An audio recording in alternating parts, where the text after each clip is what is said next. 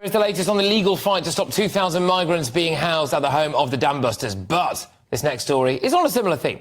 All week I've been focusing on the Welsh town of Llanelli, where 95 people have lost their jobs as a hotel ahead of the arrival of more than 200 asylum seekers. That all seemed deeply unfair. It seemed deeply wrong. So we highlighted it. Well, protesters have blocked the main entrance to the hotel, and there was good news for protesters yesterday, as Carmarthenshire Council stopped the hotel's owners transporting items through a gap in a hedge that borders the property. Let's show viewers on GB News the scenes when security staff actually left the hotel last night.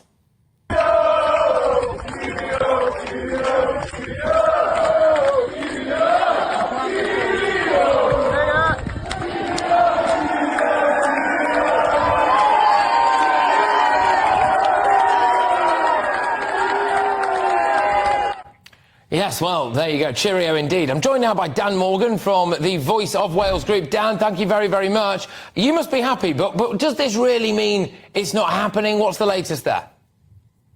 Well, interesting you open up with that, because that's exactly it. It isn't over. All that's happened is the security staff have left. They've obviously been kept there for quite a long time now, and they do have to leave the property. Now, the landowners are happy to facilitate them leaving the property, but there's a lot of speculation around the protest that this could be a move for them to drop their guard so then they can move to get them in. Because we've got to remember, there's contracts being signed, there's a lot of money at stake, and I can imagine these property owners of the hotel are not going to be very happy with what's happening right now. No. So what are the locals going to do then? Are they just going to maintain a presence there and hope that that presence makes everybody think twice about putting migrants there?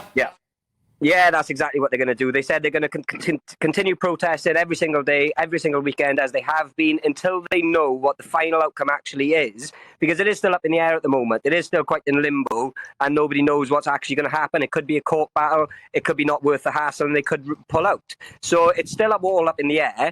But until they get a final decision of what is actually happening, the protests are going to continue, and the community and the strength is just going to grow. OK, and so it does look as though a stalemate has been reached. Are you guys trying to take this to court as well, are you, or anything? Well, the Carmarthenshire County Council tried to take it to court. They were rejected.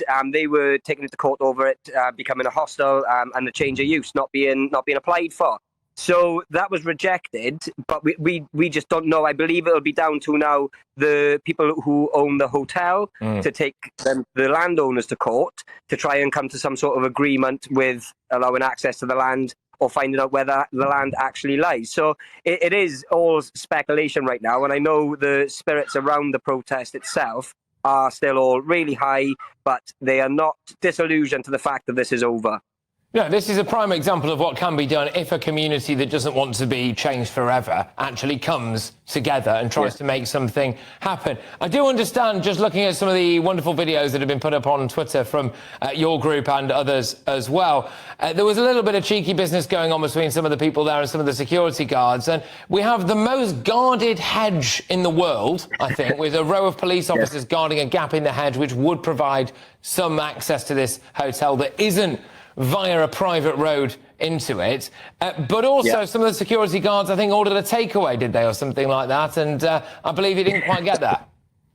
Yeah, it didn't quite get there. And I think it was, the thought was that it would be a shame for that food to go to waste. So I think the protesters kind of enjoyed it. They've been there for a long time. It's been cold, it's been raining. So I think they were happy for a bit of pizza and a bit of Chinese takeaway.